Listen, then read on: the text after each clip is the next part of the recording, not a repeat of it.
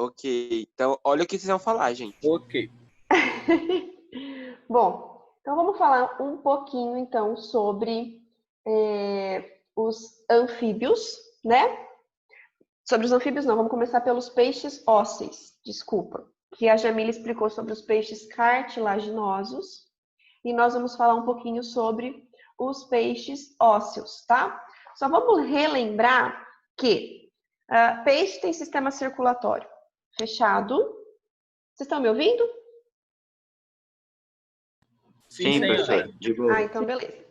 Então eles têm o sistema circulatório fechado, né? Ou seja, ele já é um vertebrado como todos os outros, né? Ele tem um sistema respiratório branquial, porque é adaptado para a respiração aquática, né? Tem um sistema excretor formado por rins e excreta amônia. Já tem o sistema nervoso central. Os vertebrados, então, eles já começam a formar esse sistema lá na neurula, tá? E a reprodução desses peixes, eles são dioicos, a fecundação deles pode ser interna ou externa, o desenvolvimento deles é direto, o ovo do tipo megalécito, que é aquelas características que a gente viu lá dos ovos oligolécitos, centrolécitos. Esse é um tipo de ovo com bastante vitelo. Eles são ovíparos, né, porque eles colocam ovo. E eles possuem uma bexiga natatória, que vai ter o controle da subida e da descida de água desses peixes, tá? Isso é bastante importante a gente tá falando para vocês.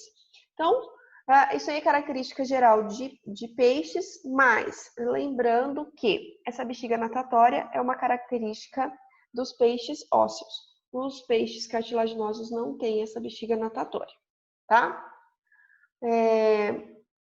Vamos, então, falar um pouquinho das características, então, desses peixes quanto aos peixes dipnóicos. Eu estou lá na página 250, onde fala lá assim, ó, nos peixes dipnóicos, a membrana da bexiga natatória é vascularizada e permite a realização de trocas gasosas entre o ar presente no interior do sangue. Esses peixes pulmonados podem resistir a longos períodos de seca quando permanecem entocados em buracos no fundo lamacento dos rios. A piramboia, encontrada no Brasil, é um exemplo de peixe dipnóico. Então, olha que legal. Esses peixes que são considerados dipnóicos, eles são peixes pulmonados e eles são capazes de fazer as trocas gasosas entre o ar e o interior do sangue, e eles conseguem se manter vivos em períodos em que o rio seca. Então, essa é uma característica bastante importante desses peixes ósseos, que os peixes cartilaginosos já não são capazes, já não têm essa habilidade. A piramboia é um peixe bastante conhecido no Brasil, né? Aquele peixe comprido, parece uma cobra. Certo? Tranquilo até agora? Sim, tranquilo. Tranquilo. Tá. Prof, Tranquilo. Oi. os peixes Por enquanto, ósseos seriam tá. uma evolução dos peixes cartilaginosos? Na verdade, eles têm uma origem bem próxima. Eles têm uma origem bem próxima. Eles surgiram mais ou menos no mesmo momento. Só que eles já têm adaptações relacionadas aos peixes cartilaginosos. Ah, entendi. Os peixes ósseos, eles apresentam uma cauda dificerca, tá? Então, eles têm uma caudinha bem divididinha assim ao meio, tem duas partes mais ou menos do mesmo tamanho, tá? E se a gente traçar uma linha divisória, a gente vê que tem uma parte superior e uma parte inferior com as mesmas dimensões. Diferente lá do peixe cartilaginoso, que o peixe cartilaginoso ele tem uma cauda que é heterocerca, porque lá no cartilaginoso a parte de cima é muito maior do que a parte de baixo. E no ósseo não. Eles têm mais ou menos, a cauda tem o mesmo tamanho, se a gente traçar uma linha imaginária neles. A linha lateral presente nos dois lados do corpo desse animal também vai ter função sensorial, tá? E vai permitir que ele perceba as vibrações do meio ambiente, inclusive para poder se defender de predadores. Isso é bastante importante também para esses peixes ósseos aí. Como eles têm o desenvolvimento que pode ser direto ou indireto, no caso do desenvolvimento indireto, como a Jamile falou lá atrás, a larva desses peixes, elas são chamadas de alevinos, tá? Então, a Jamile já tinha falado da larvinha dos peixes, os alevinos, e o saco vitelínico desses peixes é o único anexo embrionário presente nos seus embriões. Por que que é o único anexo embrionário? Porque não vai ter uma gestação interna, né? Então, só precisa do saco vitelínico para quê? Para nutrir o embrião até que ele complete o seu desenvolvimento. Certo? Certo. Certo. Se nós estivéssemos na aula presencial, a gente ia abrir um peixe. Como nós não estamos, isso vai ficar para a próxima. Abre só você, professora, aí Na na parte fala aí. legal do ensino médio, né, que a gente poderia fazer as experiências, nós não tá lá para fazer as experiências. Então, isso aí... Mas, pensem pelo lado bom. Vocês são o primeiro ano ainda. E tudo isso volta lá no terceiro ano. Então, daí lá no terceiro ano, a gente consegue estar retomando essa parte do conteúdo com vocês e fazendo mais práticas daí. O problema é quem já está no terceiro ano, gente. Vocês são ainda na vantagem, vocês estão na vantagem ainda. Ó, dúvidas quanto a essa parte dos peixes ósseos? Nenhuma. Tá. Só pra gente lembrar, os peixes ósseos, eles têm um sistema circulatório fechado, só que o coraçãozinho deles possui só 2 câmaras, tá? Ela tem só um átrio e um ventrículo.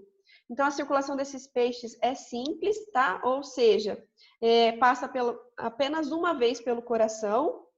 E esses peixes ainda vai ter a circulação ainda é bem... Se a gente pensar quanto à evolução, eles ainda estão bem atrás dos outros cordados, tá? Beleza? Ok. Tá. Então, agora a gente vai lá falar um pouquinho dos anfíbios. Esses aí são os nossos coleguinhas que dependem totalmente da água. Por quê? Os anfíbios, eles possuem uma vida dupla. Ou seja, eles são animais terrestres, porém, eles dependem da água para o desenvolvimento das larvas e também para a sua reprodução. Então, eles não conseguem se reproduzir longe da água. Por isso que a gente sempre vai ter os anfíbios próximo de regiões que tem uma pocinha de água, que tem um lago, que tenha um rio, porque eles dependem disso para fazer a sua reprodução. Os girinos, a gente vê eles em qualquer córrego que você vê, que tem uma aguinha mais paradinha, você vai ver um montão de girino, né? Esses anfíbios, eles têm, então, a pele dele é bem nua, então não tem pelo, não tem nenhuma característica ali sob a pele, e ela é úmida, muito úmida. E ela não tem proteção, ela é totalmente desprovida de proteção. Porém, ela é rica em glândulas mucosas. Por que que ela é rica em glândulas mucosas? Porque a pele do sapo ela tem que ser úmida. Então, esse sapo ele vai estar sempre produzindo substâncias, tipo um muco, para poder umidificar a pele desse sapo, dessa rã, dessa cobra cega. Então, esses animais eles precisam dessa característica para poder até manter a sua respiração, tá? A pele dele, além de ser nua, úmida, desprotegida, ter glândulas mucosas, ainda é extremamente vascularizado. Então, a gente vai ver nesses anfíbios uma vascularização bem grande nessa parte cutânea deles, tá? Bom, o que a gente tem de importante aí agora? Quanto à respiração. As larvas desses anfíbios, elas fazem respiração branquial, tá? Por quê? Porque as larvas, elas se desenvolvem na água. Por isso a gente fala que eles têm essa vida dupla, porque as larvas se desenvolvem na água. No adulto, a respiração, ela é pulmonar e cutânea. Por quê? Porque ele tem ainda um pulmão que não é muito desenvolvido. Então, ele não é capaz de suprir toda a necessidade de oxigênio desse animal. Aí, o que acontece? ele faz também respiração cutânea, que é o que ajuda, é o que complementa ele quanto ao seu suplemento de oxigênio. Por isso que quando aparece um sapo na sua casa, que se você jogar sal em cima dele, ele sai correndo louco, ele sai correndo porque ele está morrendo asfixiado, tá? Você está tampando os poros da pele, ele não está conseguindo oxigênio suficiente. Então, por isso que é cruel fazer isso com um sapinho, tá? Esses animais, eles são pecilotérmicos. O que são animais pecilotérmicos? São animais de sangue frio. Então, diferente das aves e dos mamíferos, eles ainda não têm a temperatura corporal estática, tá? Então, tem variação. A temperatura corporal deles, então, vai variar de acordo com a temperatura do ambiente. Os répteis também são assim, né? Ontem o Eduardo mandou os slides pra gente e lá ele falava dessa parte da temperatura corporal dos répteis, né? Então, os anfíbios, assim como os répteis, ainda são pecilotérmicos, são considerados animais de sangue frio, tá? Bom, eu falei para vocês agorinha que os peixes, eles têm um coração formado por um átrio e por um ventrículo, né? Que tinha uma circulação simples. Os anfíbios agora já apresentam um coração com 2 átrios e com um ventrículo. Então, assim como lá nos peixes, a circulação ainda é incompleta. Por quê? Por que é incompleta? Porque ainda tem mistura de sangue, tá? Mas já é uma circulação dupla. Olha que legal. Então, a gente fala aqui. Nos anfíbios, eles têm uma circulação fechada. Por quê? A circulação se mantém dentro de vasos sanguíneos e não sai desses vasos, não cai dentro de cavidades. Ela é uma circulação incompleta, por quê? Porque ainda há mistura de sangue arterial com o sangue venoso, tá? E ela é dupla porque ela já passa 2 vezes pelo coração. Então, lá nos peixes, a circulação, ela era simples, ela era fechada e incompleta. Porque lá nos peixes passava uma vez só pelo coração. Agora ela é dupla porque passa 2 vezes pelo coração. Então, já está evoluindo esse sistema cardiovascular, tá? Bom, quanto à excreção, esses bichinhos também já têm rim, como o caso dos peixes. Só que lá nos peixes, eles excretavam amônia, que é uma substância que precisa de bastante água para ser excretado. Como os peixes eles são aquáticos, então eles podem ter esse tipo de excreção. Já os anfíbios, eles saem da água. A fase adulta deles é fora da água. Então, eles precisam de algo que precisa de menos diluição. Então, o excreta deles é a ureia. Então, lá nos peixes, amônia, agora ureia. Reprodução. Eles são o quê? Eles são dioicos. Ou seja, eles possuem sexo separado. Então, a gente tem o anfíbio fêmea e tem o anfíbio macho, que é totalmente diferente um do outro, tá? A fecundação ela é externa, então eles botam os ovos, eles liberam os ovos, e o desenvolvimento é indireto. O desenvolvimento é indireto por quê? Porque há a presença de larvas, tá? Outra coisa que é importante a gente estar falando. Alguns sapos, algumas rãs, algumas pererecas, inclusive, eles têm veneno, tá? Então, no sapinho lá, existe uma glândula chamada paratoide, que é uma glândula produtora de veneno. E existem alguns sapos que têm um veneno muito intenso, que inclusive pode provocar danos cerebrais, tá? Esses anfíbios, eles correm um risco de extinção. Por quê? Como eles são muito sensíveis às alterações do ambiente, principalmente pela condição da sua pele, então eles são sensíveis à poluição, à chuva ácida e também à dificuldade que eles apresentam nesses locais para fazer as trocas gasosas. Então, por isso que eles são animais que correm o risco de extinção, são animais que correm o risco de desaparecer, tá? Bom, eles são divididos em 3 classes, tá? A classe Anura. Quem que é essa classe Anura? são os animais que não têm cauda na fase adulta. Então, quem pertence à classe Anura? Olá, sapo, rã e perereca. Então, nós temos 3 representantes aí dentro da classe Anura. Nós temos a classe Urodela, tá? Que são os que apresentam cauda na idade adulta. Quem que é esse Urodela que apresenta cauda na idade adulta? A salamandra.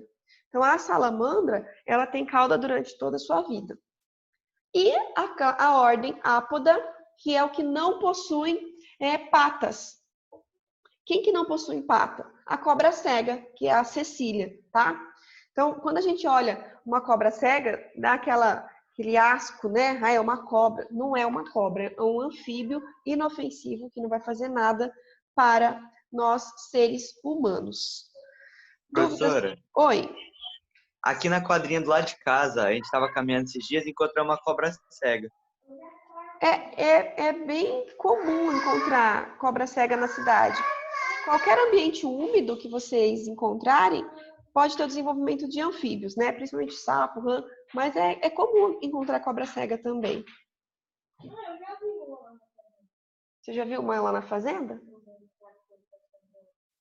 Que bom que você então estava em cima do trator.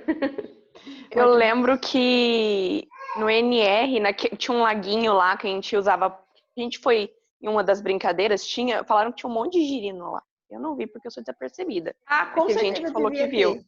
Com certeza devia ter. Então, assim, quanto a essa classe, é bastante importante a gente lembrar que durante o seu processo de reprodução, acontece o que a gente chama de metamorfose, né? Porque o girino, ele tem cauda, né? E conforme ele vai se desenvolvendo, o que acontece? As enzimas digestivas vai digerindo aquela cauda e ele acaba formando as patas. Então, a gente vai ter ali que os girinos, como ele corresponde ao estágio larval, ele apresenta cauda e brânquia, que são as estruturas adaptadas para o ambiente aquático. Mas durante a sua metamorfose, a cauda vai desaparecer, né? As fendas branquiais ali, elas vão se fechar e vai desenvolver os pulmões, e aí vai começar a aparecer as patas e a língua. Então, isso são as mudanças morfológicas e anatômicas que aparecem nesses anfíbios para que na fase adulta ele possa ter agora uma alimentação de herbívoro e carnívoro também. Então, isso é bastante importante. Nas salamandras, eles fazem o processo de neotonia, que é quando a larva adquire a maturidade antes dela atingir a fase adulta, tá? Antes de completar a sua metamorfose. Por isso que as salamandras, elas não perdem a cauda, porque elas não têm uma metamorfose completa. E como a fecundação é externa, eles colocam os... Peraí, deixa eu só pedir para o Arthur ir lá na outra sala, só um minutinho. Arthur, eu preciso que você vá lá na outra sala, porque... Pronto. Então, como eles depositam os seus óvulos e seus espermatozoides na água, acontece um abraço. O sapo, ele sobe no sapo fêmea, então ocorre um abraço, e aí eles ficam ali por horas até depositar todos os gametas na água. E é na água que vai ocorrer a fecundação e o desenvolvimento do embrião. Esse embrião vai se transformar em larva, que vai sofrer a metamorfose e vai atingir a fase adulta. Isso é o que acontece para a rã, para a perereca, para a salamandra, para todos os anfíbios no geral, tá? Dúvidas, pessoal? Perguntas? Não, nenhuma. Tranquilo. Tranquilo. Essa Por parte, enquanto tá tranquilo. essa parte ela não é muito complexa. Tem um aprender sempre na página 252, que ele é legal. Ó, ele fala assim: os sapos apresentam na região da cabeça 2 glândulas que produzem veneno para proteger-se de outros animais. Entretanto, eles não possuem a capacidade de inoculação de veneno. Como o veneno dessas glândulas é eliminado? Então, assim, o sapo, quando ele morder, ele não vai inocular o veneno. Só que como que é eliminado, então? Quando são pressionados. Então, se ocorrer uma pressão no sapo, ele esguicha o veneno. Então, é por jato que esse veneno sai. E esse veneno ele pode provocar asfixia da sua presa ou do seu predador também. Então, aquela história de que o sapo faz xixi no olho, aquela história lá, o sapo não faz xixi no olho. Mas se você pegar o sapo e apertar ele na sua frente, ele vai esguichar veneno na sua cara. Também tem Tranquilo. o negócio da cor, né? Que fala quanto mais colorido, mais venenoso. Sim, também. Sempre na natureza, os animais que têm bastante cor, eles têm bastante cor que já é um aviso, tá? Já é um aviso para que você não entre em contato. Falando em bastante cor, você lembra qual que é o nome daquela, tipo aquela salamandra, que ela é branca e tem umas partezinhas rosa? É o Que o axolote. pessoal gostava de comprar. Isso! É o Acho axolote. muito fofo. Ela é lindinha. Ô, Arthur, ajuda a mamãe aqui. Pega o Felipe, por favor. Pessoal, só para concluir, então, agora, falta vocês fazerem o resuminho, então, dos peixes ósseos e dos anfíbios. Então, vocês vão fazer esse resuminho para mim, vão me enviar lá na plataforma, que eu vou colocar lá um lugarzinho para vocês me enviarem a tarefa, e aí vocês vão fazer para mim o módulo 30 da página 276 na plataforma, Eduardo. O que mágico lá. Mandamos vídeo pra ela ontem. O Oxe, Eduardo, tá perdidão? Hã? Tá perdido. Bem perdido nessa parte, sim. A Luciana enviou um e-mail, umas instruções para vocês. Vai lendo aquelas instruções que você consegue entrar na plataforma. Você tem que digitar, acho que seu nome completo e a data do seu nascimento. Você clica lá no link e faz isso. Como é que é o nome da plataforma? É a Educo. Beleza, vou tentar entrar. Então, vocês vão fazer para mim, resumindo os peixes ósseos, que vocês já fizeram até os peixes cartilaginosos, que o último trabalho foi o da Jamile. Aí vocês vão me enviar, então, dos peixes ósseos e dos anfíbios, tá? Essa parte da apostila de vocês, ela ainda não vem muito complexa. Lá no terceiro ano, ela volta com uma riqueza de detalhes maior sobre os anfíbios. Então, aproveitem, façam esse resuminho de acordo com o que está aí para vocês e me enviem também o módulo 30 da página 276, certo? É uma que tem uma coruja? Certo. É uma que tem o quê? Uma coruja? Meu Deus, não sei se tem uma coruja. Eu não sei. Esse negócio tem app, porque até agora eu só consegui entrar pelo site, pelo computador.